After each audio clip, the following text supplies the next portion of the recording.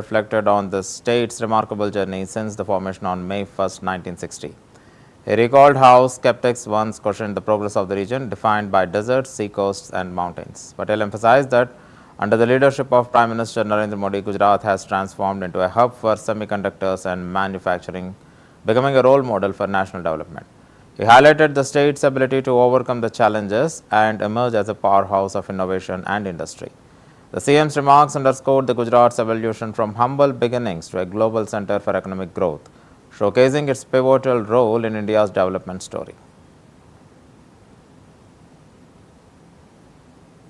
पहला 1 मे 1960 में मुंबई राज्यमांथी જ્યારે ગુજરાત અલગ રાજ્ય તરીકે અસ્તિત્વમાં આવ્યું ત્યારે એવું કહેવાતું કે રણ દરિયો અને ડુંગર ધરાવતું આ રાજ્ય શું પ્રગતિ કરશે, પણ વિશ્વ નેતા અને યશસ્વી વડાપ્રધાન શ્રી નરેન્દ્રભાઈ મોદીના નેતૃત્વમાં એ જ ગુજરાત આજે સેમિકન્ડક્ટર મેન્યુફેક્ચરિંગ હબ સાથે દેશના વિકાસનું રોલ મોડેલ બન્યું છે.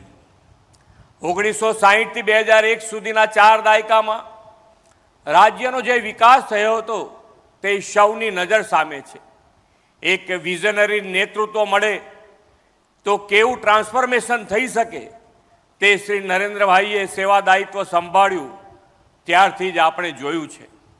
વીજળી, પાણી, રોડ રસ્તા જેવી બેઝિક ઇન્ફ્રાસ્ટ્રક્ચર અને દેશના સૌથી લાંબા દરિયા કિનારાની પડકારજનક સ્થિતિ હતી. આદરણીય મોદી સાહેબે સ્થિતિ બદલવાનો મક્કમ નિર્ધાર કર્યો.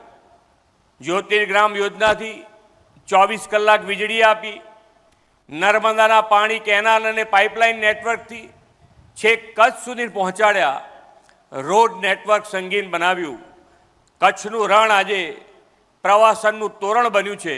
રાજ્યના ડુંગરો, ઇકો ટુરિઝમ અને સંતુલિત વિકાસના